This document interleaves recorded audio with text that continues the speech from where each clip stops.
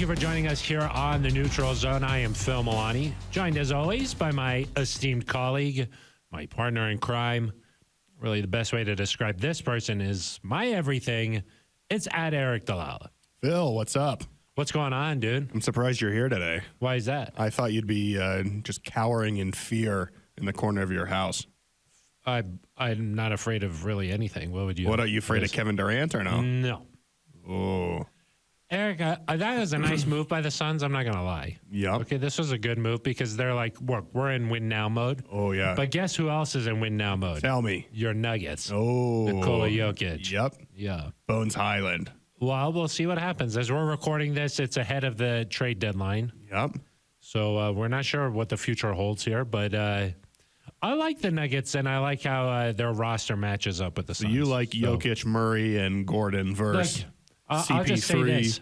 Kevin Durant, the Suns and the Mavs, Devin Booker. They started playing this season, and they saw how good the Nuggets were, and they were like, we're scared. Yeah. We need to go do something. We're scared, yeah. Okay? And then, obviously, the Mavs went out and got Kyrie. The Suns went out and got Durant. The Nets decided to just fold. And the Lakers got D'Angelo Russell.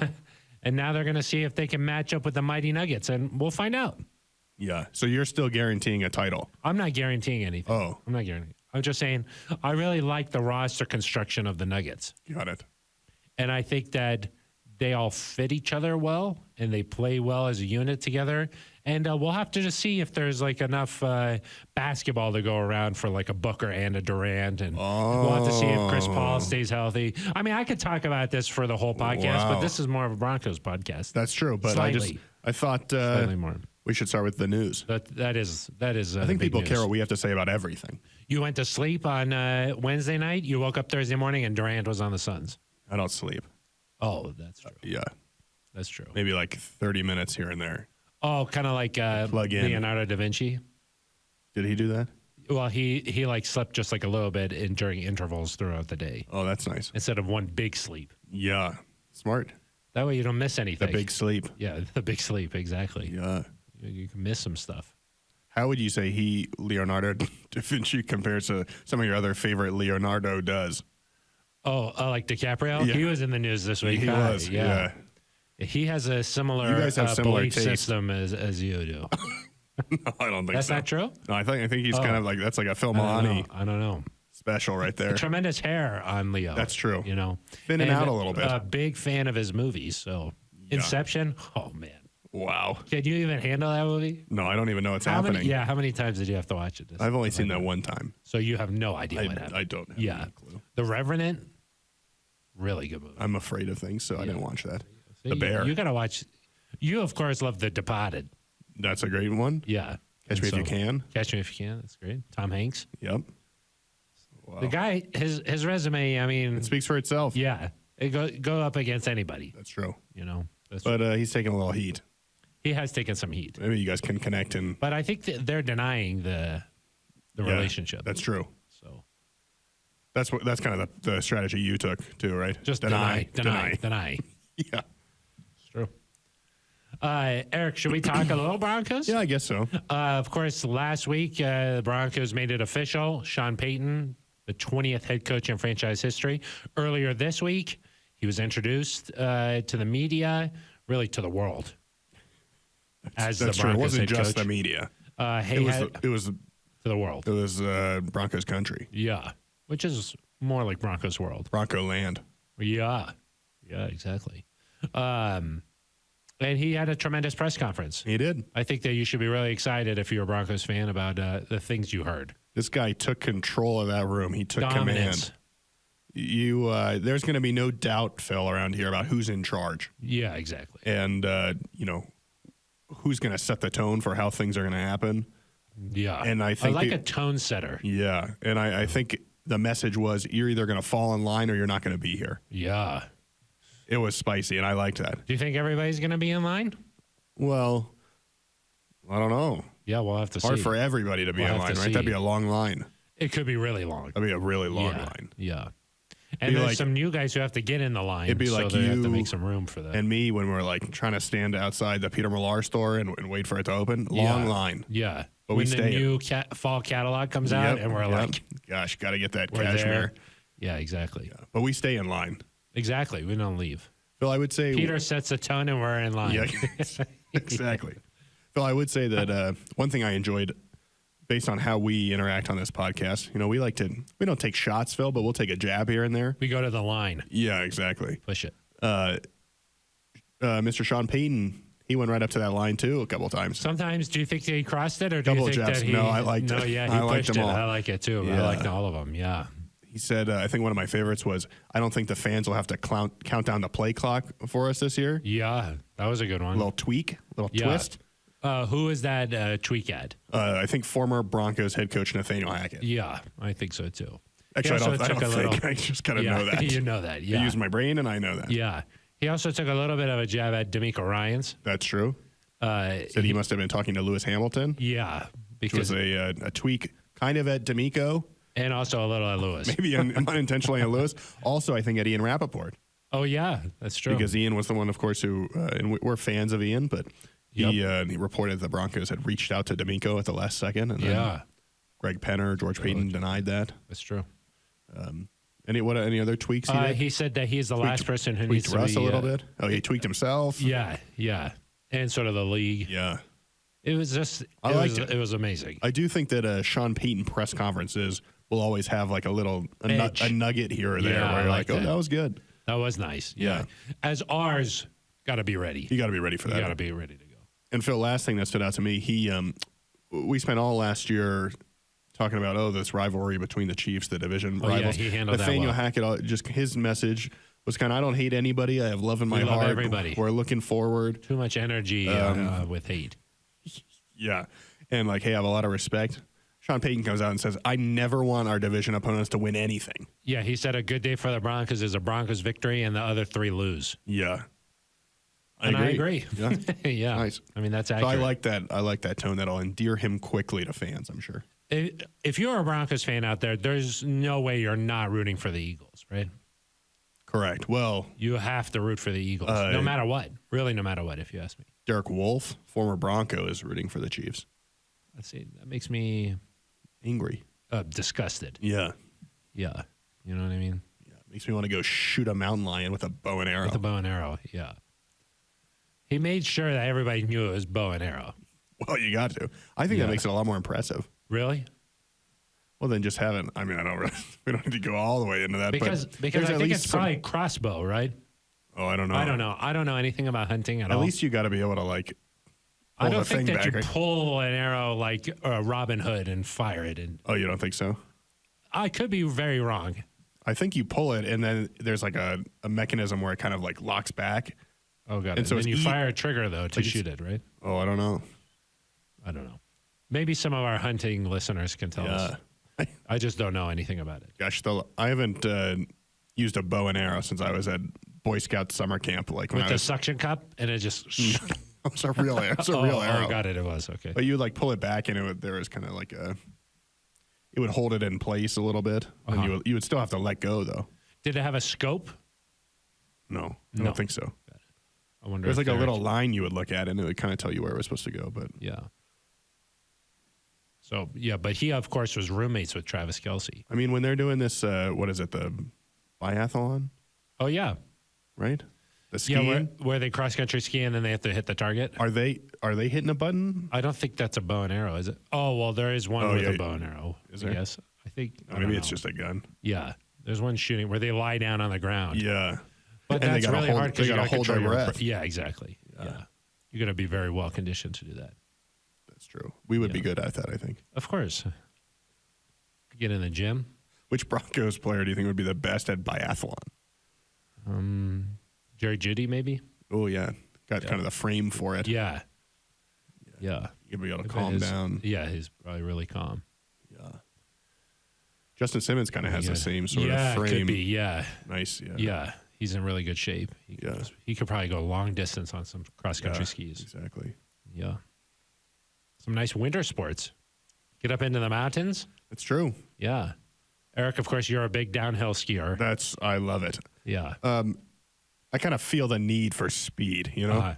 The danger is The danger you sort of zone. That's live where for I it. live. Yeah, Yeah. you live for that. It's really nice. So, Yeah, that is really nice. So that's what stood out to me from Sean Payton's press conference. Yes. Yeah, he said that he's a big Eagles fan this weekend. Yep. That was good. Yeah, I think he definitely set the tone. He said everything that you want to hear if you're a Broncos fan, especially the Russell Wilson thing. That sort of blew up, huh? Oh, The Office? Or I guess not really The Office, the personal coach. He said, that's foreign to me. That's not going to happen here. Yeah. Good. He didn't even know about it. Do you believe that or no? No. Yeah, I think he definitely I think he knew about it, but yeah. It was interesting because he could have said, like, that's something I'm going to handle with Russell. Yeah, exactly, but he didn't. And kept it private. And instead, he said, that's not going to happen. And I kind of like that he just set the tone there. Yes, of course. I wonder if that's how Russell found out. I would assume no. No, I don't think so. But Russ is pretty tapped in. Yeah. I would say that. So he kind of knows what's going on. He's even calling the commissioner, That's true. The flag Let's play football. flag football. Yeah. Of course, Russell Wilson is a big proponent for flag football. He's working to try and get into the Olympics. So that was no secret that he's a big fan of flag football. That would be kind of like when the U.S. just going to crush. I don't know. I mean, of course, the game is trying to expand globally. The Broncos played in London. There was a game in Germany this year. Not next year, but there was games in Mexico. Yeah. So, but the NFL players are still playing those games, right? Yes, but I'm saying the game is expanding. So, there's fans in these areas. But I would imagine if you tried to put together the all-stars of almost any other country, they would just not be competitive. Probably. But just like basketball, eventually you get there. So you got to start somewhere. But I would try to rack up some of those gold medals while you can. Yeah, get ahead on it. Get ahead on it. Yeah. I wonder if the rugby NFL sevens players probably can't play in the Olympics. Why not? I don't know. Do you think NHL players played? Not this last year, but they have in before. the past. That's an NHL rule, right? Not a. I think so. Or an U.S. And before the Dream Team, the NBA players. But those were U.S. rules, right? I think so. Yeah. To amateurs. Yeah, exactly. Now you got the NIL to protect the purity of the sport. Exactly. Of sport. Of sport. Yeah. From media. Yeah, exactly. Eric, but I thought maybe this episode we could talk about. We'll identify 3 players, I think. Okay. And we'll say these 3 players will benefit the most from Sean Payton. Oh, from him being here? Yeah, exactly. He arrived, and these 3 players are going to be like, yes, the most. Okay. Offense, maybe if you got a defensive surprise in there. Oh. Yeah. Okay. And maybe like, I don't know if you want to, we could talk about some players who are like, uh-oh, Sean Payton's here. I'm scared now. Some jabs. Yeah. Yeah, exactly. So I thought that's what we could talk about. Sure, that'd be really nice. You like that? Yeah. Before we get into that, Eric, let's talk about how NZ Nation can get involved in the show. Oh, yeah, Phil. You can do a bunch of different things. You can leave an email at neutralzoneshow@gmail.com. You can leave a voicemail at 707-NEUTRAL. We'll play it right here on the air. You can tweet at us directly on Twitter at Aric DiLalla with an A, at Phil Milani with a PH, 1 L in Phil. In Phil, yeah. And then 1 L in Milani. Yeah. But if you spell my full name, Philip? 2 L's. 2 L's. But only 1 L in Phil. Yeah. Or, Phil, you could go on down, you take a little stroll, you get on the internet highway. Really? Dial up that? Maybe not a highway, maybe like a nice internet boulevard. A boulevard. Stay on the sidewalk. Be careful. No bicycles allowed on the sidewalk. Not on the sidewalk, no. They still should obey traffic laws. They should. They're supposed to. But you keep walking down that boulevard. You get down to the old Broncos YouTube channel. Uh-huh. Leave a comment. Yeah. Should you subscribe when you get there, too? I absolutely would. Yeah. We got some nice comments from last week's show. Oh, yeah? Of course, it came out a day late. And $1 short? We were waiting for... Were we $1 short or no? No, we delivered. Day late, $1. More. Yeah. Surplus. Oh. We got some comments. Stagflation. Yeah. Shogun KRKN. Kraken. Oh, yeah. I don't know. Shogun Kraken. I think this is a repeat commenter. Yeah, I think a fan of the show. Says, please bring Benjamin Albright to the show. I like his alpha male vibes. Or at least ask Eric, spelled properly. Thank you. To wear a cap backwards. It could do the trick. Love the show, though. Oh. What do you think about that? My T-shirts, unfortunately, are not tight enough for me to pull off that sort of like alpha male vibe that What about Ben's the got pants? going. What about the pants? Yeah, they're also not tight enough. Are they made out of leather? They're not made out of leather, and they're not like a nice bright pink. So you're a ways off. I'm still working. Yeah. I think they're in terms of fashion, I'm more down the QZ lane. Yeah. You don't think Benjamin could put on a QZ? He's gone too far down the other. He's more of like a jacket guy, like a suit guy. What about a backwards hat? Have you ever worn a hat backwards? I'll sometimes turn a hat backwards, like maybe you're hanging out at the beach or by the pool, or maybe you're out there fishing. But I'm not just gonna like show up to work with a backwards hat. But you have in your life taken a hat and put it on backwards. Yes, I have. Wow. I admit to that. A fitted hat or a snap? With a fitted hat, can that still have like a strap, even if it's not technically like a snap? You know what I'm talking about? Like there's one that's in between, like right? A little stretchy. No, like it's like the cloth that. Oh, it like pulls and then you lock it like a little latch. Yeah. I know what you're talking about. Like some have those. Yeah, I would consider that in the category of a snap. Okay, then I've only done it with a snap. Yeah. Never a fitted. Yeah, the fitted is hard to Fitted doesn't pull off. have the little like cutout, right? Dan Quinn sometimes wears the hat backwards fitted. There's no cutout, right, in the fitted? Correct. Yeah, It's just I wouldn't do that. Solid. I wouldn't do that. Yeah. That's like what a baseball player wears, is the fitted. Oh, yeah. No, I wouldn't do that backwards. Got it. You got to have some standards, I think. Yeah. Larry Walker famously at bat one time put it backwards in an All-Star game against Oh. Randy Johnson. Yeah, that was like a famous moment. Then he hit the bird. Different moment, but yeah. Edwin Espinoza, great show, Broncos country, let's ride. Let's work. Some people thought maybe Sean Payton was going to say let's ride. He but did not. He didn't. I don't think that will ever happen. This one's from Dominic Cavazos. Okay. Sean Payton's first move as head coach removed Swanson. Well, we talked about this. It was part of the trade. It was part of the trade. Yeah. Sean wanted Swanson to stay, but unfortunately, the Saints they just stuck to their guns, and we lost him. We lost the little guy. Yeah. Some people thought we were just joking about that, but Oh, as he's you not can here tell, again. he's not Yeah, here. I mean, if we were joking, why wouldn't he be here? Exactly. So it's not a joke. I mean, Not a joke. You know, sometimes like something's so like it hurts so badly that you're like this can't that be real. Yeah, it can't be real. That's maybe what some people thought. Like, Yeah. hey, these guys were just joking, but They were just joshing us. we were not. Took a long time for the league to approve that. It did. He continues, just have to trust that he knows what he's doing, Sean. I trust that. Yeah. And then, by the way, how hyped did Eric's Bronco nay get y'all? I just wonder. Probably pretty A lot of hyped. people. A couple people lot of commented about the people. nay. Yeah.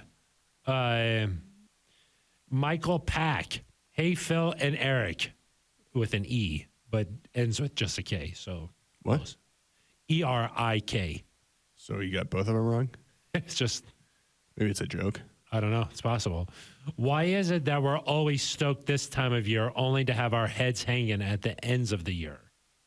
Nice with the ends of the year instead of end of the years. Yeah. That's true. That's next level, Michael. Attorneys Thank you. General. Yeah, exactly. Yeah.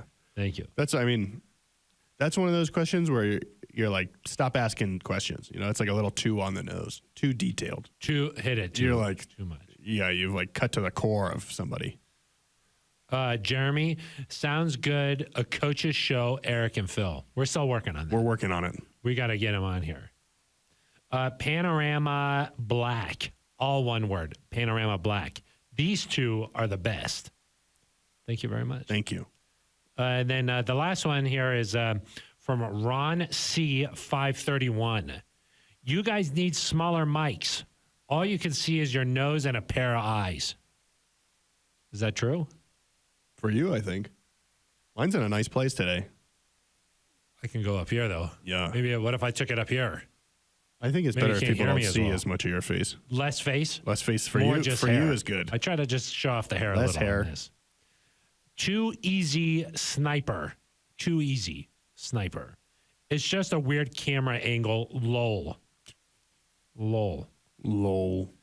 And then I think that's it. I think that's all Oh, well, Christopher Crescente, I do have to get to this. I would run through 6 brick walls for Aric. Wow, that's nice of him. 6. How do you think he landed at 6? I don't know. Like 5, not enough. 10, too many. 7, way too many. 7, that's like 1 wall for every day of the week. Yeah. That's a little too far. Maybe he rests on Sunday. Yeah. Yeah, exactly. 1 brick wall, Monday through Saturday, rests on Sunday. Watches some Broncos football on Sunday. Nick Davison, not Davidson. Okay. Davis. I believe you. Love the show. Keep it up. Thank you. There was one other one that I feel like you've said last one like 3 times. I know. I tend to do that sometimes. I go like, last one. So somebody said, I'm trying to find it here.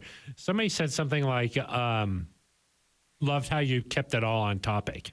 Like, nice job sticking to just talking about Coach. Is that true? Did we actually do that? Oh, this was Jasmine. Good podcast, guys. I love how y'all stayed on topic regarding Coach Payton. Rare. Yeah, they will not be saying that about this one. No, they won't. Well, you kind of got it off talking about Durant. You got me fired up a little bit. That's okay. Okay. Upset. Then the hunting and the But the Leo. For a lot of people, you could just jump straight to this moment. Yep. Where we dive into our first topic here on the show, talking about 3 players who should be the most excited about Sean Payton's arrival in Denver. You could start out by naming your first guy. Are we doing 3 different guys? No, I think they'll probably be the same 3 guys. I think. Okay. I'll start with Russ. I think that's where we got to start. Russ is the number 1 guy. You start with the first guy because that's the most important. Yeah, of course. We know this. Would be weird to just have Russ be the second guy. Yeah. So let's start with Russ. I think that Sean Payton is going to have a tremendous impact on Russell Wilson. I think he's going to get him back to the type of player that we're used to seeing, that we saw the last couple of weeks of the year. I think that for whatever reason, Phil, there was just some sort of disconnect last year in terms of what the Broncos were doing on offense and what Russell Wilson did well, and what he was able to do to help this team win, and it just never quite worked. And then we saw the last 2 weeks of the year when there was a commitment to running the football, trying to occasionally hit on big plays, but everything working off the run, we saw Russell achieve things that we thought he was going to do all season. Sean Payton is going to come in here, Phil. He's going to look at everything that Russell has done well. He's going to look at what he hasn't done well.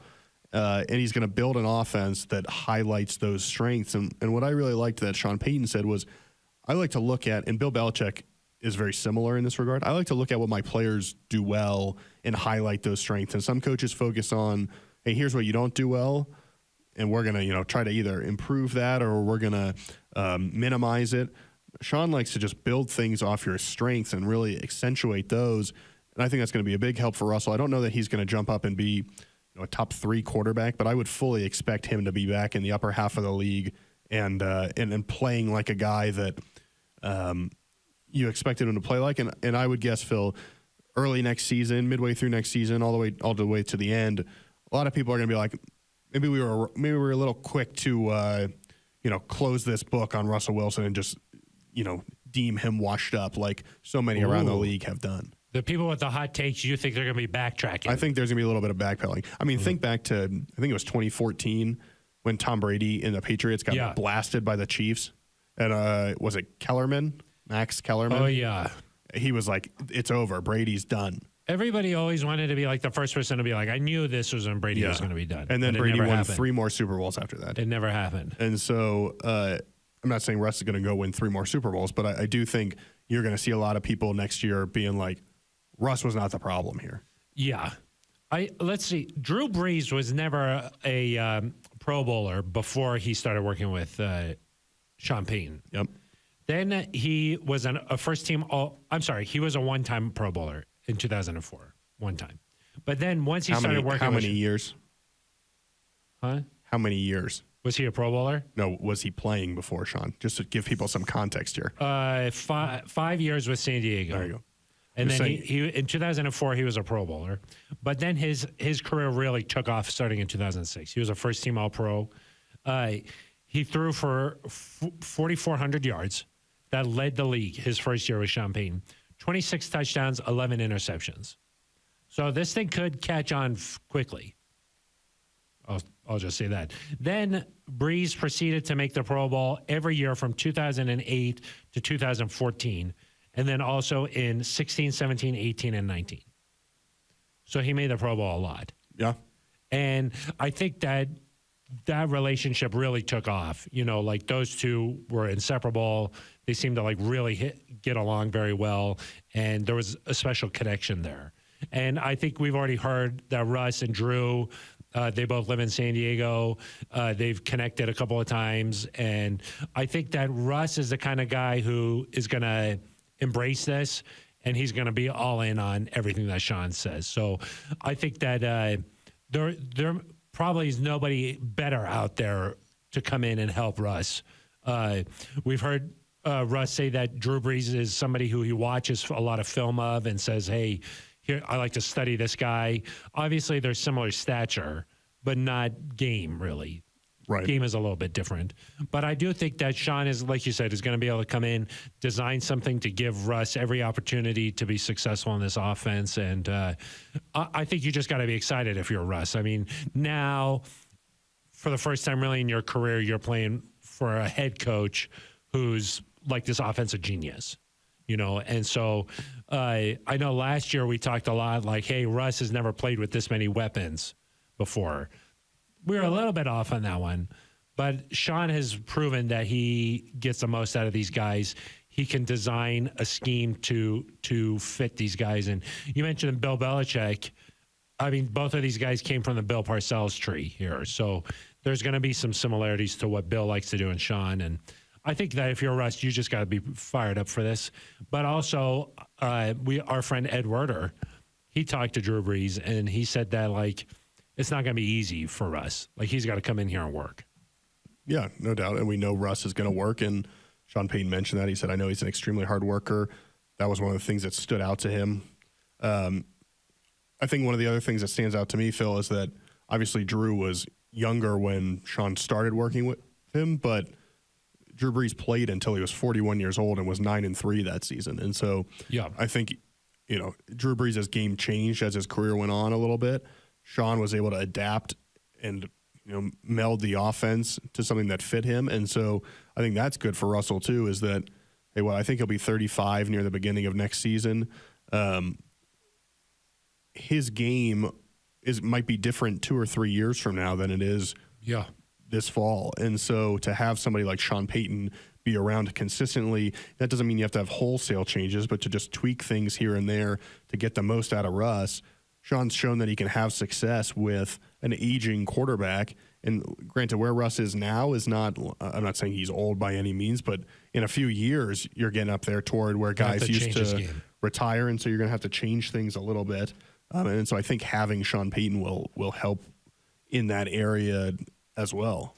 Every quarterback's game changes over the course of their career. I mean, Tom Brady, even the way his body looked from when he was a rookie to at the end, I mean, he shed a lot of pounds. I mean, you got to do that just to be able to continue to play. You know, like you just got to be lighter. You have to be able to still be fast on your feet, so you got to shed some of those pounds in order. So I'm just saying everybody's game, Peyton Manning's game obviously changed after he had his neck surgery. Things had to evolve there, and Russ is no different. He's going to have to change his game as he gets older and older. So. Yeah, and he turns 35 at the end of November, so it's not like it's immediate. But what do you think the benefits are for Russ having a coach like Sean, where like you don't have to like doubt anything there, because like for so much of his career, it sounds like, according to all these reports out of Seattle and certainly last year, like you're just like not 100% sure about the game plan every week, or like you're sort of like questioning everything. What do you think it does for him to just be like, this guy's proven that he's an offensive genius? Yeah, I mean, is there any change there? Confidence? Russ is, I think, is always going to be an inquisitive guy and want to know why.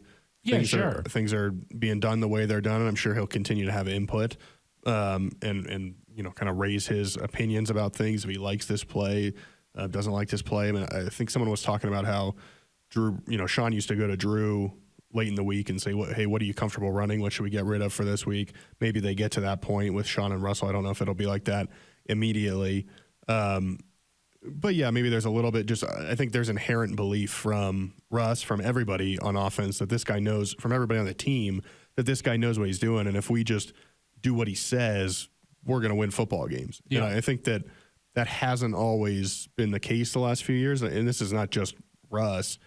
I think when you have first-time head coaches who have never done it before and you haven't seen the success, you can be going and kind of sticking with the process and being like, okay, well, does this even work? Yeah, when the results aren't there. Whereas now, I think even if the results aren't there immediately, or you have a tough stretch, you still know this guy knows what he's doing, and so you're gonna, I think, be more inclined to stay bought in. Yeah, it's just it seems like you know that report, I forgot who had that last year, where it was like Russ wanted to like throw the ball a lot, then the game plan switched to them running a lot there in Seattle, you know, and then even last year the style of play was always evolving, you know, throughout the year, where at the end of the season we finally started to see Russ use his legs a little bit more. Like just wondering what it'd be like for Russ to just have a guy like Sean Payton, the head coach for him right off the bat. Yeah, I mean, some of this, I take everything that comes out of Seattle with a little bit of a grain of salt, because Don't believe it. Yeah, not that I don't believe it, but just a grain of salt. Like, who knows They're grumpy. If this is the entire truth, just because there's, you know, they have an agenda. There's a narrative coming out of Seattle. There's a narrative coming out of Seattle, and they have their agenda to push of, hey, this was Russ's fault and nobody else's. And so, yeah, you gotta kind of always wonder with stuff coming out of there. Okay, well, what's the other side to this story? Yeah.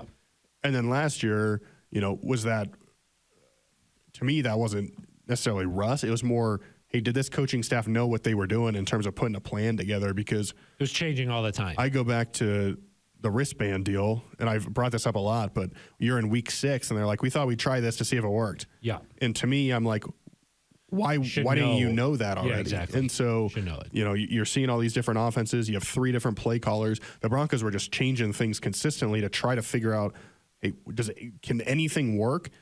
And so, I don't know that that's Russ. That's the coaching staff trying to figure out, what are we doing? That's what I'm saying. So, like, for him to have someone like Sean right off the bat, it's like, hey, this has got to be, you got to feel excited if you're Russ. Of course. So, okay, you want to get to player number 2? Sure. Should I name? You can. I think I'll say Greg Dulcich here. Oh, okay. Obviously, I think Jerry Jeudy might be the other guy we want to talk about. Maybe. Jerry Judy's one of my guys. Yeah. Did you think Greg Dulcich or no? I was going to do a defense since you asked for a defense. Oh, okay. Well, then let's just do Jerry Jeudy next. Then. Okay. So we both talk about him. Okay. And then the last one, maybe we can go our sure. own ways. But I do think that Jerry Jeudy is a guy who's going to be able to benefit greatly from somebody trying to scheme him open, and for somebody in the play caller to recognize the talent that's there and be like, this is our best weapon. We've got to do everything we can to ensure that he's affecting the outcome of the game. Yeah, no, absolutely. I mean, he's going to be a focal point, a guy I think that, we'll see if the Broncos pick up his 5th-year option here, but I would imagine. Yes. Yeah, I mean, we'll have to. You would think yes, right? Just because it's a very reasonable number. But there are some coaches that say, hey, let's motivate guys by not picking up their 5th-year option. And so I just don't know what they'll do there. For a team that needs offensive weapons at the wide receiver position, if you could have somebody still on a rookie deal, I think I would do that. I agree with you. I would do it. But I'm just saying I'm not sure. Like, I'm not 100% sure they'll do it. You could have a team come in and say, we'll give you a first-round pick for That's Jerry true. Jeudy. Something and then crazy could happen. You jump at that. So we'll just see. But assuming Jerry Jeudy is going to be on the football team this fall, he's a guy that, I think brings a unique skill set. I think you need some pieces around him, but he's a guy that, you're going to be able to do some really nice things with. And Sean Payton is going to get him open in ways that maybe previously you've seen flashes of, but not on a consistent basis. I think opposing defensive coordinators are going to look at this and be like, gosh, how do we stop Jeudy based on how Sean Payton's using him? And we just always hear so much about Judy's route running and his ability to get open, and like maybe the targets aren't coming, and then changing positions like, oh, hey, is Cortland Sutton the main guy here, or is it Jerry Jeudy, or this or that? There's been, like, for whatever reason, so many reasons why Jerry's stats haven't exploded the way that we hear his talent is. Like, those two things aren't matching. the output and the statistics and the talent there. I think that whatever that gap was, Sean Payton corrects that. And so somebody who's open all the time is going to get the ball a lot in this offense. And, you just think about the great players that Sean had in New Orleans. They put up huge numbers, So I think that gone are the days of oh, well, Jerry's really good and open, but it's just the timing isn't working or this or that or that. No more excuses. Now there's the quarterback and there's the play caller that's going to scheme this thing, and it should work out very nicely for Jerry. Yeah, I agree. And again, I think from a consistency standpoint, which you mentioned a little bit, I think you're not going to have weeks where he's just absent, disappeared. Yeah. And obviously he's got to stay healthy. He's had a little bit of an issue with that in his career, but I think you're going to find unique ways and creative types of plays where you get some easy catches. You like the easy catches. I think you can scheme these guys into some stuff like that. And the other thing is that Sean Payton is going to know how to draft and acquire talent around Jerry Jeudy that makes him better and makes the skill positions in general better. I mean, there was no clear answer on who has final roster control or made that decision. It sounded like it was going to be very collaborative, but listen, we've seen some of the talent. We talked about this last week. We've seen some of the talent that Sean Payton has put on the field for the Saints offense. And I would imagine he's going to replenish this offense in the same way. And so I'd imagine there's going to be a bunch of different mouths to feed, especially as you turn over this roster a little bit in the coming years. But Jerry Jeudy has the talent to really be special. Yeah. It's just you see what he was able to do with these guys. I just think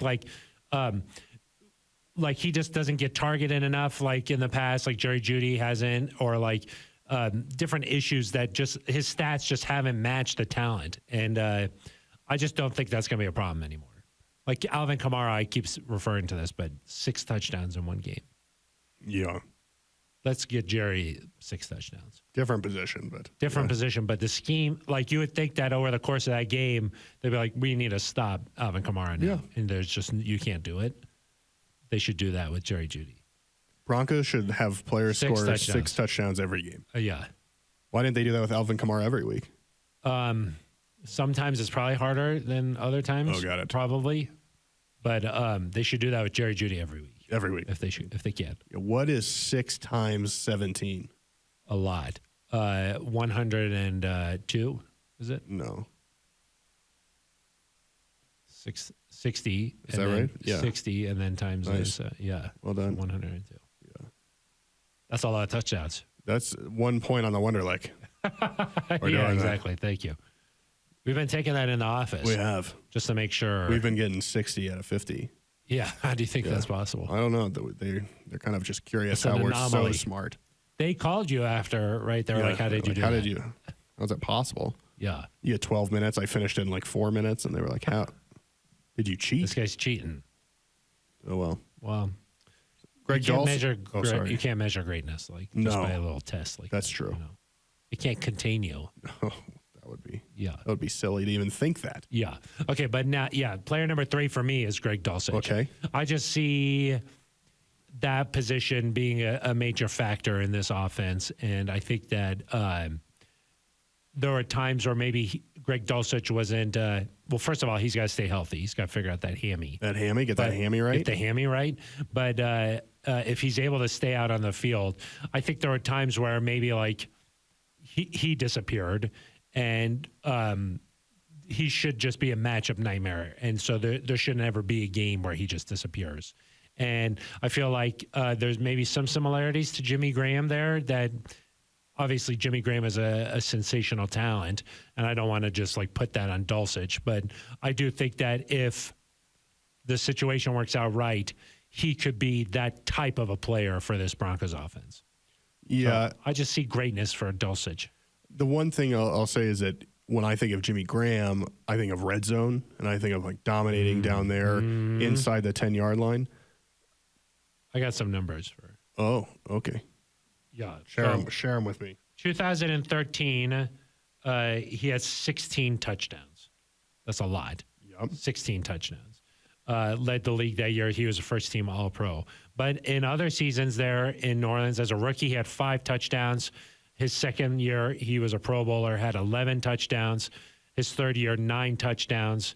I mentioned the 16 in his fourth year, and then in his fifth year, 10 touchdowns.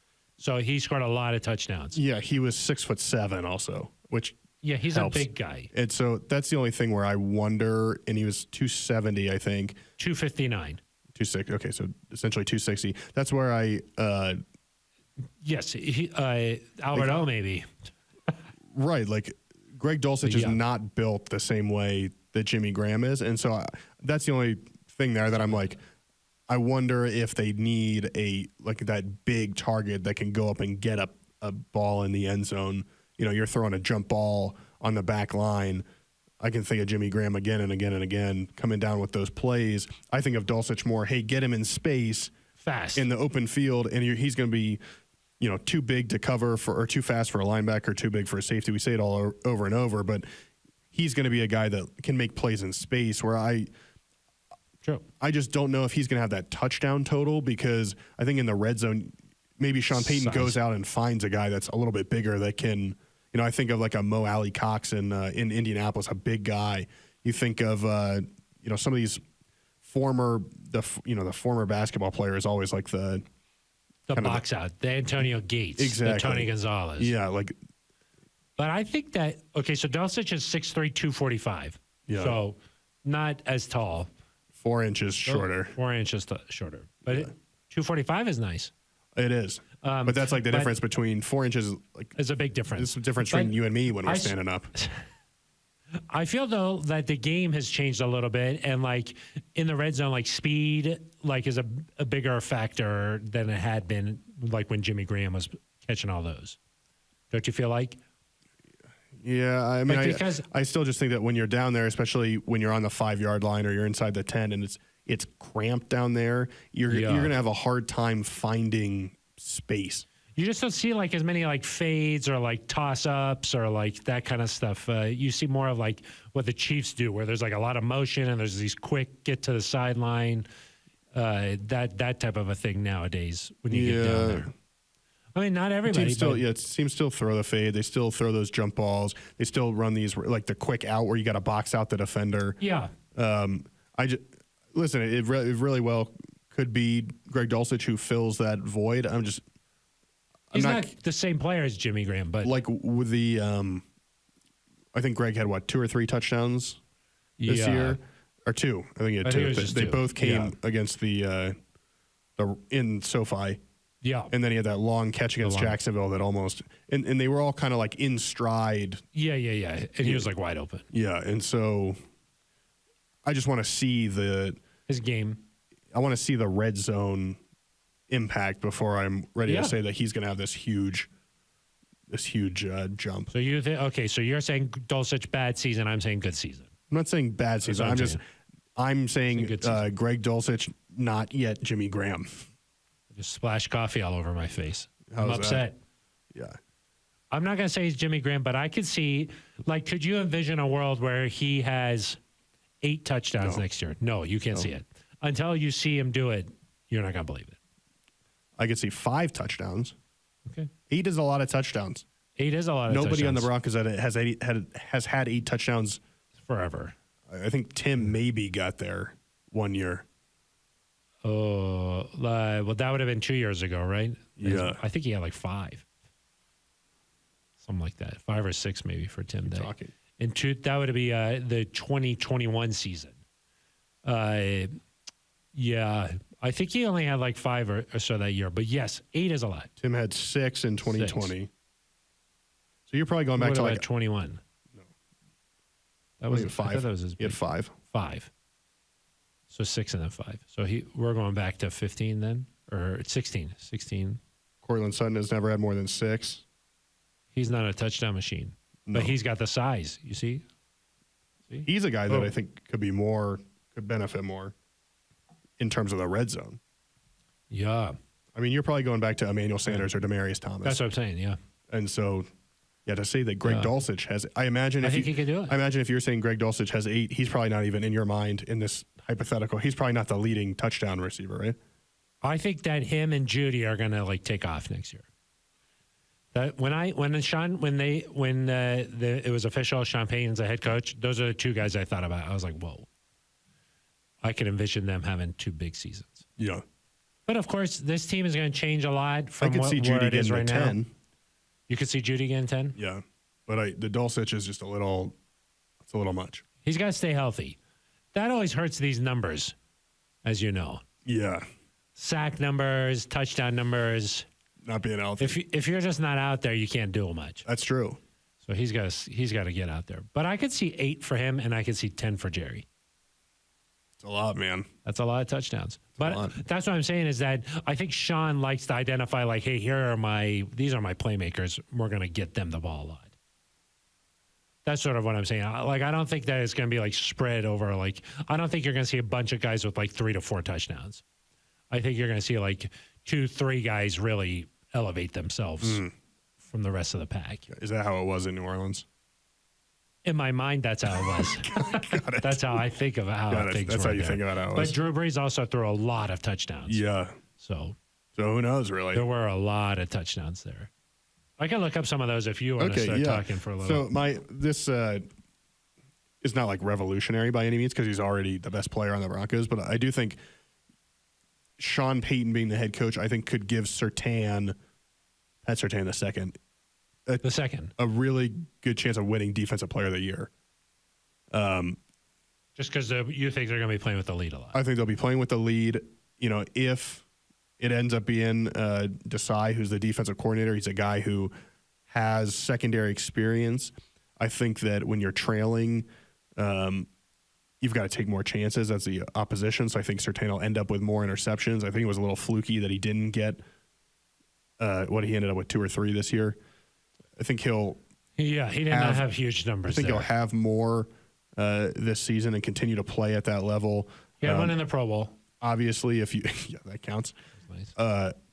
Obviously, if you're playing on a winning football team, you're going to be in that conversation more. I just think that Sean Payton seems to me, even though he's going to defer, I think, defensively to whoever the coordinator is, he's going to want his best players to be in position to make plays. And so I think one of the mandates should be, hey, we know how good Pat Surtain is. Let's find a way to have him make an impact on this game more frequently. And so, I think other places around on the defense, Justin Simmons, a pass rusher, a defensive lineman, I don't necessarily. Surtain just still stands out to me as a guy who, as good as he was, he can get better in terms of making those game-changing plays, and you give the team the lead. And instead of playing, and it's not just the lead, Phil. Instead of playing 17 to 14 games, you're playing 30 to 27 games. Now you're throwing the ball more. In the air more. Yeah, it's higher scoring. You got more opportunities where they're trying to push it down the field. That to me stands out as a place where he could do some really good things and put himself in that Defensive Player of the Year conversation. Yeah, I mean, he's got to have the interceptions to get into that conversation. Yeah. So. Probably have to have at least 5 to get in that conversation. You got to be good. You probably, good in terms of like the team being good. Yeah. You got to have the advanced statistics as a corner. You can't have like a down game against a Devontae Adams. Yeah. Probably need a touchdown or 2. I mean, it's hard for a corner to win that award, but Surtain is helped by the fact that he has this name recognition already, so that if he plays well, he'll be in the minds of voters. Yeah, yeah, I do think that he has room to grow. He can do more there, and it's hard when you're that shutdown guy. Teams just don't want to test your side, right? So it's hard. It's hard to get in the mix. But like a guy like Diggs, he for some reason people still throw it. Yeah, because him a little. He jumps him. They can beat him. Yeah. Like in that Cowboys game 2 years ago, Tim Patrick torched him. How do you balance that? Do you say, hey, I'm gonna be a little more aggressive in some spots here, or like maybe you play off a little, bait him a little more? I mean, I just think Surtain's a better player. Yeah, no, I agree, but somehow you're gonna have to get guys to start throwing your way a little bit. Yeah. I don't know how you do that. Scheme it up. Scheme it. I like that. Scheme it. I mean, I think some of it has to be just you have to shadow the top guy. Yeah, that too. Yeah, like so Devontae. They're going to go to him. Yeah, exactly. Okay, Marquise Colston here as a rookie in 2006, 8 touchdowns. 2007, 11. 8, he had 5. And then he had 9, 7, 8, and 10. So he was getting a lot of touchdowns there. Like he's But are you looking at like their overall? You're just looking at his stats there. Yeah, just because you know how to do that. I'm going to look up Michael Thomas now. Oh, you can just do it by team, Phil. And get the top guys. Yeah, I'm learning how to use the internet. So. you're learning how to. We're still working on it. I'm learning how to let's see.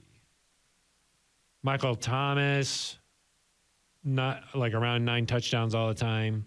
So 2006. I think these guys. 2006, Deuce McAllister had 10. Reggie Bush had 6 rushing, and then Marcus Colston had 8. Devery Henderson had 5. Joe Horn had 4. So a decent number of guys who were involved. Let's go to their Super Bowl year and see what happened that year. 2009. 2 running backs with at least 5 touchdowns. Receiving or running? Running. And then you had the receiving. And then you had 2 guys, Robert Meacham and Marcus Colston, who each had 9 touchdowns. Yeah, I think that he likes to get guys the ball. Some go-tos. He likes to guys. score touchdowns. Anything else, or is this hard to look up? No, it's very easy. 2011, he had Jimmy Graham 11, Marcus Colston 8, Lance Moore 8, Robert Meacham 6, Darren Sproles 7. So they just threw a lot that They year. just did a lot of touchdowns. They just did a lot. They should do that again next year. Yeah, it wasn't necessarily one guy. It was just they just did it a lot. A lot of touchdowns. Which if you're doing, let's do one more just toward the end of Drew Brees' career, like a 17 or 18. Let's just say hypothetically, like Judy has 10, Dulcich 8, Tim Patrick 8, Sutton 8. So how about that? Okay, so then in 2018, this is the last year we'll read. Kamara had 18 total touchdowns, and then receiving wise, Michael Thomas had 9. They didn't have anybody else with more than 5. He's got his go-to guy. Yeah, I see that being Judy, and then maybe a Dulcich in the mix there. That's how I see it. that's how you. That's how I see it. You know, as I'm looking through this, Phil, after Jimmy Graham, they didn't really have that guy. Jared Cook. Yeah, he was nice. He had 9 touchdowns in He was nice. 2019, and he was tied with Michael Thomas that year. So yeah, the tight end will get some attention. But Jared Cook is bigger than Greg Dulcich too. But I do think, like we just said with Russ, that like he's going to look at the talent on this team and be like, yeah, we got to get the ball to these guys. But my guess is that adding a big tight end is going to be, maybe it's not this year, but at some point as you're trying to get this into like a Sean Payton roster, yeah, I would guess adding a big tight end is a. And you don't think that's Albert? It could be. Could be. But he's also going into his last year of his deal, and just because you're big doesn't mean that you're automatically going to be that guy. You said you just got to be 6'7", according to you, right? No, I think you need to be big and be good. Oh, not just big. I'm not saying that Albert O is not good, but he might not be. So he might be good and big. He could be. But he also could be big and bad. You're big, you would be bad. Yeah. So like Sean can't just come in here and be like, Phil, we need you to play tight end because we need a big tight end. Oh, I couldn't do it. No. I mean, I'm probably good for like 5 touchdowns, but not. Like Julius Thomas was pretty 9. big, right? He was big. Yeah. Dude got open. Like that's the. Scored touchdowns. That's what you need. Yeah. I like that. And I feel okay being like players like Julius Thomas would be good because that's more of like he's not a Hall of Famer. So I'm not just saying, hey, put a Hall of Famer on this team. Oh, but he was good. So you're like, because good guy. They identified the skill set. Let me get a good guy and have him do the good things. He then went somewhere else and was not good. Yeah. He was good with Peyton Manning. Yeah. So he should get Peyton Manning. Okay. According to you. Not really what I said. Kind of. Get Von Miller. Yeah. You're like, who's a good tight end? Julius Thomas. Let's get him. Let's get somebody like that. No, was you and your media crew would be like, let's get Tony Gonzalez. You or want the good ones or the bad ones? Tony Who do you want on the Gonzalez team? or Antonio Gates, Shannon Sharp. Like, only one of those would be good. They would. Well, no, they would be good. Yeah. Yeah. But that doesn't take a lot of, like, brain power to be like, that guy. Those guys are good. Yeah. Yeah. But saying Julius Thomas would be good, that took some power. Yeah. You revved up the old engine. Because and in we're a like, certain, this guy scored a lot in a of certain touchdowns offense with a certain quarterback, it worked. And then it didn't with work. Peyton Manning. Yeah. So maybe Alberto could be a guy that works. So let's have Russ turn into Peyton Manning and have a really good scheme, and then he would need to get a Julius Thomas, and then we'll be good. Yeah. Got it. I got it. Okay. I'm That would be nice. eager for Greg Dulcich to score 8 touchdowns this year. We're going to save this audio. Yeah. But should we have like a little just to sort of okay, what happens if Greg Dulcich scores 8 touchdowns? How many touchdowns did What you happens? think that Jerry Jeudy was going to have last year? I thought 10. And how many sacks did you think Baron Browning was going to have? A lot, but he didn't. Both of them didn't stay on the field. Yeah, that's true. The Judy, the 3 touchdown game, you got a little worried. You're like, uh-oh. Wasn't that with like 1 week left? No, that was Chiefs at home, I think. Yeah. Oh, yeah. So there was a little bit of time left. What he finished with 6? Yeah, he didn't score again. He did the 3 and he was like, I'm done. I was good. That was good enough. Yeah. Yeah. I missed. But If I took a Greg shot. Dulcich scores 8 touchdowns, Yeah, what's going to we'll happen? go through an entire episode where I only praise you and I agree with Okay. everything you say. Okay. Yeah. Let's remember this, everybody. I'm going to put it in my calendar. Okay. Alert. Praise Phil show. Perfect. Okay. I hope Greg Dulcich has 8 touchdowns. That'd be great. yeah. I look forward to hopefully praising you. Let's be clear. I'm not rooting against Greg. Anybody who you think is like, uh-oh, Sean's here, I'm nervous. Well, this is a hedge, but I think anybody outside of like a Surtain and a Russ should be a little bit nervous. Yeah. Just because anytime there's a new head coach, you don't know how You got to prove that yourself coach is again. going to utilize you. You got to prove yourself. You got to show that you're willing to work. You got to show you have the right attitude. More specifically, you talk about free agents, guys that are entering free agency right now, who may or may not want to be back. Well, Sean Payton is going to decide by watching your tape and potentially talking to you, I guess. Hey, are you what we want on this football team? So we're talking about guys like Dalton Reisner, Draymond Jones, Alex Singleton, Deshaun Williams. I know there are a lot of fans who want some of those guys back, but Sean Payton's going to be the one deciding that. And then I think offensive line, he's going to rebuild that thing. And so if you're an offensive lineman, I think you got to be willing to show something here and able to show something. I truly think, Phil, you can go kind of just around the roster because anytime you're a 5-12 football team or you've missed the Change has to playoffs, come. 7 years in a row now? Yeah, things need to be different. Things need to change. There are guys on this roster, Phil, that, what did Sean Payton say? He said that for those first couple of years, it was difficult, it was uncomfortable, but they made changes that you had to make. And so there's going to be guys on this football team, I guarantee you, that people think are safe or like important pieces or fan favorites even, that are going to be in for a little bit of a wake-up call and potentially even not be on the team in a couple of years. And so, that's not reporting that, or that's just kind of my opinion of what is probably going to happen here, because Sean Payton's not going to come in and just say, I'm good with sticking with 80% of this team. Yeah. He's going to shake things up. He's going to want to get guys that fit what he wants to do. He's going to want guys that have a certain attitude. Mm-hmm. And so it's going to be a wake-up call for everybody. And unless you're Russell Wilson, who, because of, one, his resume and his contract, he's going to be your quarterback this year. And Pat Surtain, who is an all-pro and at the top of the league and young and on a rookie deal, who knows what happens to everybody else. Yeah, exactly. And there's guys you would expect to be here, but we just talked about with Jeudy, someone could come in and blow you away with an offer, and because of where the Broncos are with draft capital, who knows what you do.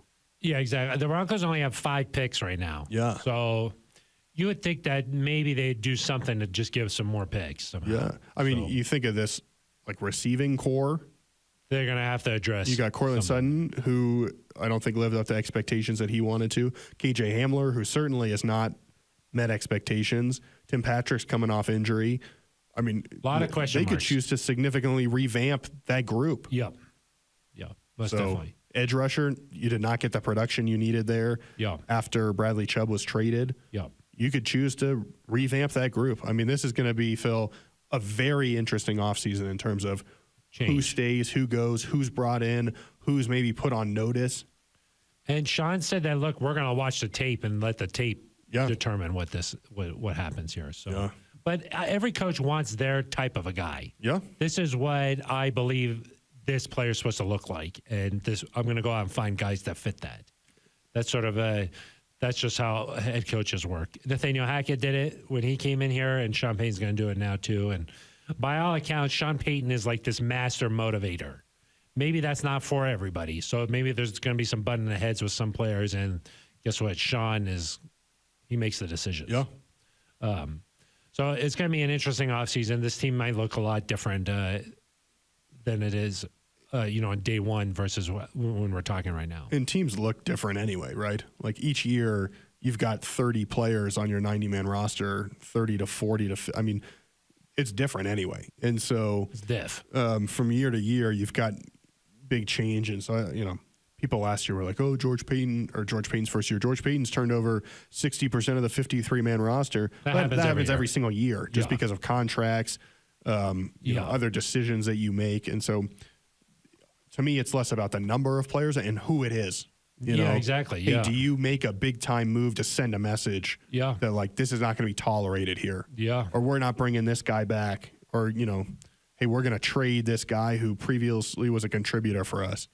How involved do you think Sean will be with the defensive side? Like, will he be like, we need players like this on defense, or do you think that he's going to sort of be hands off on that side? How do you think? From what I've read, it sounds like he's going to empower whoever is a DC to kind of be the head coach of the defense. I would imagine in draft meetings and free agency that he's still going to have a voice in terms of the type of guys he wants. Do we want to be big up front? Do we want to be fast and attacking? Do we want corners that are great in press coverage? Do we want corners who are better playing back in zone?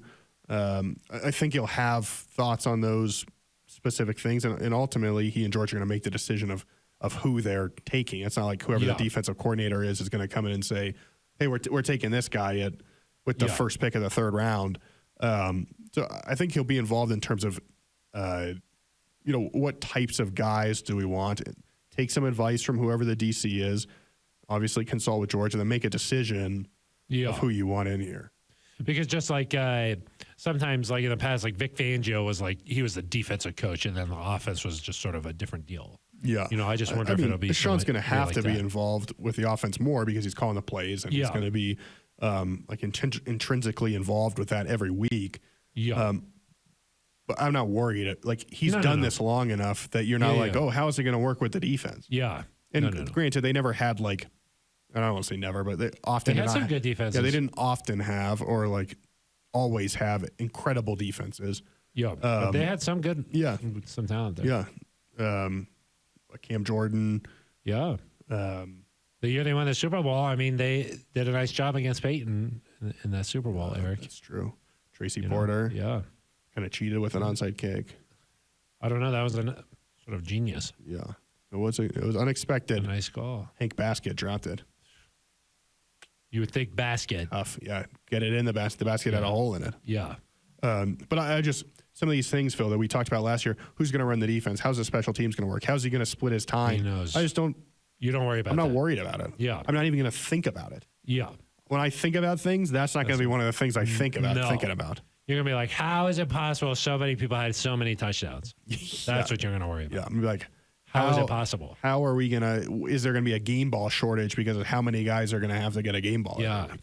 The price of the game ball will go. It's going way up. Yeah. The game ball, a lot of inflation with the game ball. Yeah. Not like Tom Brady. He did the deflation of the football. This is the inflation. You like what I did there? Yeah.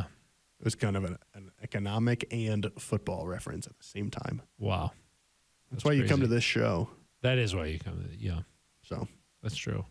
Think they'll make too many game balls or no? Man, I don't know. Crazy. Yeah. All right, Eric. Anything else that we needed to talk about before we get the shout outs? Well, Phil, just as we transition to shout outs, the Hall of Fame as we record this, the vote. Well, we'll find out who's who's made it. We'll find out who's been elected. So I don't know if you wanted to make your own predictions. Let me pull up the finalists here. Of course, our good friend DeMarcus Ware is a finalist. That's right. Let me Very deserving. Hall of Fame 2023 finalists. But there's 15. There's 15. There's 15, right? You can pick as many as 5. Okay, hold on. I'm pulling it up. I do believe that Joe Thomas will make it. Yes, I agree. Daryl Revis will probably make it, right? Those two guys are first ballot, I would think so. right? Let's see here. So DeMarcus's competition this year just comes from the fact that Dwight Freeney Yep. and Jared Allen are both finalists. Yep. I did a little piece on pass DenverBroncos.com. DeMarcus has the edge there in terms of Numbers. sacks. Has as many all-team pros as Jared Allen. I think Dwight Freeney has one fewer first-team All-Pro. So DeMarcus should get in, but I think Jared Allen was a finalist 1 year before him. And sometimes with these guys that are comparable, There's a row. there's an kind of order. like this unspoken agreement that like bit of Jared an Allen order. should go in first. You split it up a little bit. So, I don't know. I'm going to go with Joe Thomas, Darrelle Revis. I think, we're both agreeing. We agree on those two? You want to get your guy Reggie in there, don't you? Oh, I don't think Reggie's going to. I don't think so. I think Zach Thomas might make it. Tremendous player. He's been one of those guys that like again and again has been Knocking. and people are like, why is Waiting Zach for the Thomas knock. not in yet? He's knocking on the door. He's waiting for it. Patrick Willis was not even a finalist last year, so I think he waits one more year. So Devin Hester, maybe? yeah, I think Devin Hester. Yep. So I got Joe Thomas, Darrelle Revis, Devin Hester. Zach Thomas, and DeMarcus Ware. Okay, I think DeMarcus gets in too. Yeah, I think DeMarcus will get in. He should have been a first ballot, if you Yes. ask me. He should have been. And then, Which means should I go this? I don't want to say the same as you for Zach Thomas. I gotta make a different pick here. Rondé Barber, you do a receiver and a Torrey Holt or Andre Johnson or Reggie Wayne. I'll say Andre Johnson, Okay. Cougs guy. Yeah. Maybe people I are got just Cougs feeling guy. the Texans' love with the D'Amico and The the clapping. so much clapping. happiness. Yeah. I'll say that, yeah. I could also see Jared Allen getting it. Him and DeMarcus. With DeMarcus? Yeah, I think Wow. I can see that. But yeah, I do think that Revis, Thomas, and Hester, those guys I think they'll make it. Hester was eligible last year, I think. It did Yeah. not make it. Yeah, I think this time's going to make it. But yeah, Revis and Thomas. Obviously, Joe Thomas is slam dunk. That's just, he's a first ballot. I'm He's starting the to get a best. little bit curious if Vaughn has fallen off a little bit where he's not going to end up being a first ballot guy. A first ballot. Yeah. Oh, Vaughn needs about 15 more sacks to get in the top 10 all time. I Yeah. think he needs to You do think he's that got to that? be a first ballot. I agree. You got to be a top 10 to be first ballot. I think top 10 with the Super Bowl 50 would be enough, but You 15. mean the MVP? What did I say? You just said the Super Bowl 50. Yeah. With the nice job on that. Yeah, he did And a with nice job the on it. MVP. Because he also won Super Bowl 56. That's true. Yeah. Not the And MVP. he says he wants to keep playing. So, who knows what But the Bills. 15 more sacks at this point in his career, not that a could guarantee. take a couple seasons. Yeah. Yeah. Take 3 seasons. Unless he goes crazy. Yeah. Unless He was having a nice year this unless year he's before he different. got hurt. unless he's diff. He is diff. So, Vaughn is but diff. shout out to DeMarcus Ware. Great guy. Hopefully he makes it. Great sayings. Yes. Separate So it's time to- the children from the little boys. Yeah. Yep. He had some things where he goes, when you think about Super Bowl 50 or, when you think about big time plays, Yeah. he said a lot of stuff like that. And then you thought something really amazing and Yeah. Deep. poetic was about Yep. to happen. And it It was it often was. just sort of funny. Yeah. Yeah. Yeah. We like So- DeMarcus. There was also a time when a reporter from Indianapolis came during the playoffs in 2014 and thought that he was Demaryius Thomas. Yeah. And then Bob Kravitz, right? Bob Kravitz. I wasn't going to say, but yeah, Bob Kravitz. Hey, let's He came and he just kind of funny. mistakenly thought it Not a was blast. Demaryius Just a Thomas. report. Yeah. And who was it? Vontae Davis was the cornerback. Colts corner, yeah. Yeah. So he was asking Quit in DeMarcus the middle of about the game. how Vontae was going to defend Start him. him, and then DeMarcus was supposed to go, huh? He go, what? It was really funny. A funny moment amongst reporters, just sort of having a nice laugh. Yeah. DeMarcus wore a onesie once up on the box with some ski goggles, I think. With the specialists. He would do of course, very big on the pass rush moves with the hands, the chopping, and the cross chopping, and a lot of that. The rip. He was good. He was good, man. He just had this energy about him where he always seemed happy and like uplifting and cared about you. And yes, he also great smile. The spin move he had against was it Staley? Yeah. With the 49ers. The next day, I was like, "Hey, how did you do that? Like, was that something you saw in film? Like, you knew like the spin would work there?" And he goes, "What are you talking about?" And I was like, "Your spin move yesterday." And he goes, "Well, I started to spin that way. I saw he was committing, so I stopped spinning, and then I went back the other way." And I was like, "Oh, okay." I'm not sure if I believe it. Yeah. That would be like a tremendous athletic ability, which to just stop like that. Yeah, it was a fake spin. I don't believe that. I don't believe it either. But he said he says it. He would do the Hulk smash. Yeah, it does a Hulk smash. He got after Cam in that Super Bowl a lot. You know, a lot of people just remember the Vaughn, but he had some nice blasts. Great quotes. Yeah, he was always just up there laughing. And he remained like everybody says, oh, he's a Cowboy, but he always reps the Broncos here and there. Yeah, and stuff, you know? I mean, he of course cannot be a Ring of Famer. No, because he played 3 seasons here.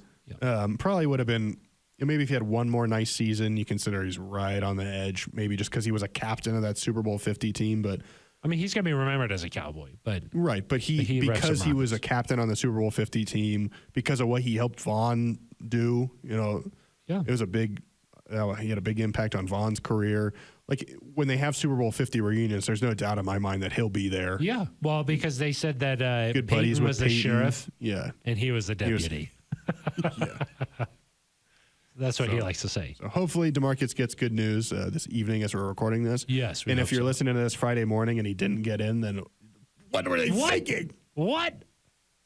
Of course, we also should shout out to Nikola Jokic because Mr. Triple Double. We already talked about this. Yeah, he's Mr. Triple Double though. Okay. Who else? Any Rams fans you want to? Is there a shout out for? Was Ramon Cezone? Yeah, our old friend. That's our old friend. Yeah. Yeah. And a nice shout out. Oh, we did get an email from Tom from one of our very close listeners about an everything. What was it? Oh yeah, what sorry, was it, Eric. Yeah, a pillow. I think from Trader Joe's or not a sponsor. Not a sponsor, no. But it said my everything. It was a heart. It was for Valentine's Day with everything bagel seasoning on top of it. Yeah, said, which is great. You are my everything. And this listener saw this pillow and sent a picture thought of us. Yeah. And nice. I think we got to get one first. Maybe we put in Swanson's old chair. Yeah, put it in the studio here with us. Yeah. So that's nice. We could use the seasoning. Have you ever put that on avocado toast? I'm not, gosh. I like to save my money. It's delicious. Buying avocado toast is what's holding people back. So you don't buy avocados? Is that your thing? I'm just kidding. Yeah. I don't go to a restaurant and order avocado toast. I just make it at home. Like, I need something with the avocado. I don't just like a plain avocado. Well, like another spice. Yeah, you put the everything bagel seasoning on there? See, the dirty little secret here, fellas, I don't really like everything bagels. Wow, really? Yeah. What's your bagel order? Like a nice Asiago. Really? Yeah. Is that pretentious? No, that's a little like Einstein bagel-y, if you ask me. It's not like a purist, an Asiago. I think maybe a bagel purist might find that insulting. Or, if I go up to a nice bagel patisserie, an establishment up in like maybe 5 Points. Yeah. Yeah, if I go up there, I don't think you can get an Asiago bagel there. No, but there I'll get either like a nice salt bagel, or an egg bagel. Yeah, those are nice. Now we're talking with some schmear. Schmear, yeah, of course. Yeah. But you can't toast it up at this particular. Not the day of. No. If it's a fresh bagel, you don't toast that. You don't mess around with that. No. Got some nice water up there. Some nice, some New York water. New York water. Yeah. Of course, New York, Montreal makes a nice bagel. You got to think about these things. It's true. Who knew we'd be getting into bagels? We like bagels. Do you like lox or no? Really? Wow. Yeah. Surprising. Sometimes I like a nice little, Why is that? a little lox, maybe a slice of tomato on there. Oh, little onion. You're going a little crazy. A little onion, and then I'm set. This particular establishment bagelry that I'm speaking of. Bagelry, yeah. You like that? I like that. They do a nice one with pastrami Oh, a sandy. and cheese, like nice a bagel sandy. sandy. I think it's called the heart attack or something. Oh, Yeah. Give me that. Yeah, Yeah, it's almost like kind of like I want that. you do a Reuben on a bagel, or that's not. Oh, I don't really like think so. sauerkraut. Wow, we're finding out so much.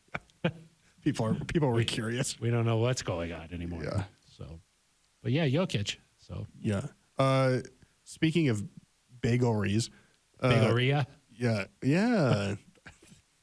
the bagelria of bagels.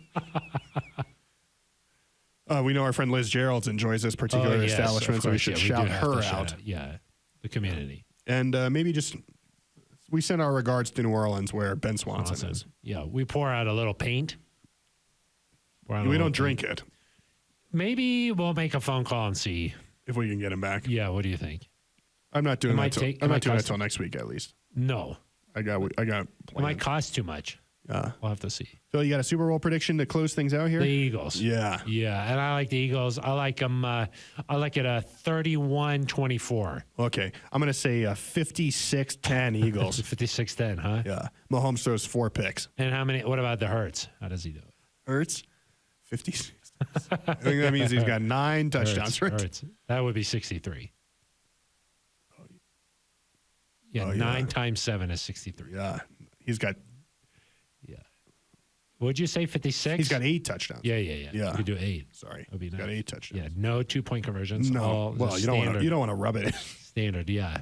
Any Philly specials just for old time's sake? bunch of Huh? them, That would yeah. be kind of funny, huh? Yeah. It is kind of wild. Well, People do are a Philly like, special. hey, the Broncos won a Super Bowl in 2015 and like they've gone through this bad stretch Long here. stretch. But like if you asked a fan, they'd probably say, I'll take one Super Bowl win One, for and then then like bad. 5 years, 6 Yeah. years of bad. The Eagles won the Super Bowl, tore it all down in 2 Built it years. right back up. Howie built Rose. it back up Yeah, he's amazing. and are going to probably win again. I mean, that's wild. You think probably? Or are you, at this Yeah, point, the you're just Eagles saying are probably? favored, right? Yeah, I would think so. think. Yeah. But Nobody it's has still stopped- Mahomes. There's a nobody's- Mahomes factor there where you're Please. like, okay, you don't know what's going to happen. It would be really not good if Mahomes won.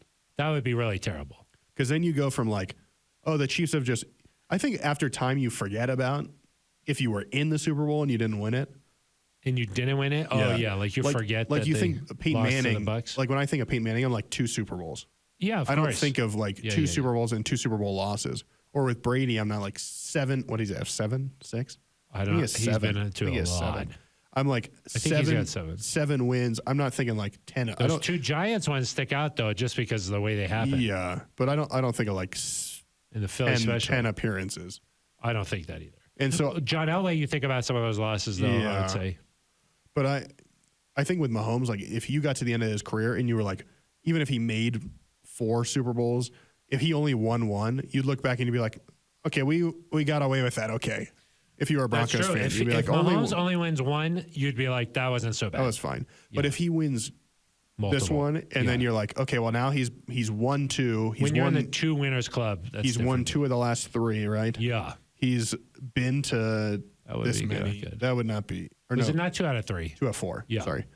But when you get to 2, you're like, oh, You're hard in a to. different realm at that point. And you probably feel like you've met expectations. There's some of the great quarterbacks in NFL history. They've not won 2. Right. Aaron Rodgers has won. Some have not won 1. Dan Marino has not won 1. Trevor Simeon. Well, he did win he 1. did. Well, yeah, technically. Trevor Simeon better than Dan Marino. Congrats to Trevor on having twins. Twins. He and his Yeah, wife. If you follow him on social media. That is a nice shout out. You think he listens to the show? Probably religiously. think so. For you. For the cats. Yeah. For the cats. Big one for the Cats tonight.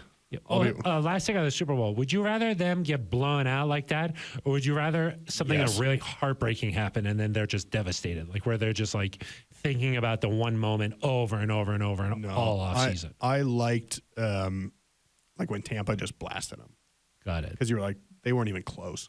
Yeah. Like Mahomes they is thought just, they were good. Mahomes is just running around trying to, because otherwise, if it's close, then maybe like people are like, well, Mahomes did everything he could. It wasn't Mahomes' fault they lost. No, but what if it was? I What want- if like he I was want it to be driving in? Mahomes' fault. What if he was driving in and they're like, they're going to win the Super Bowl? And he Boom, does pick the 6 fumble. or something. Oh, ho, ho. Yeah, and then it goes the other way and the Eagles win it. Like something just catastrophic where like that kind of a thing could just ruin somebody. I don't think he's going to get ruined by anything. No, you don't think so? No. But Okay, go so you'd Birds. rather have the Go blood. Birds. Yeah, we're big bird. I'm going to make a Philly cheesesteak. You're a big bird. Yeah, a whiz with. Yep. That's what I'm going to be cooking up on Sunday. Go You're Birds. such a big bird I'm gonna have that a- Jerry Judy likes you. You do it. You gotta drink a Yingling. What Yeah. else? What else are you gonna do? Yeah, I don't know. Go run up Pretzel. run up some Philadelphia stairs. Pretzel. Throw your run arms up some up. stairs. Yeah. What Watch else? Rocky. Yeah. What else do Philadelphians do? I don't know. I think that's. They I think win. we hit They all beat the the Chiefs. We hit a lot of the things there. Yeah. All right. All right. Anything else? No, I think that's gonna do it. We'll be back next week. We'll see if Swanson can be with us. We'll see maybe if the head coach joins us ever. We'll have to see. We'll have to see. Could be nice. That would be a Yep. nice episode. It'll be really good. Maybe later. Maybe later. Maybe later. All right, that's going to do it for us. For Aric DiLalla, I'm Phil Milani. You've been listening to The Neutral Zone.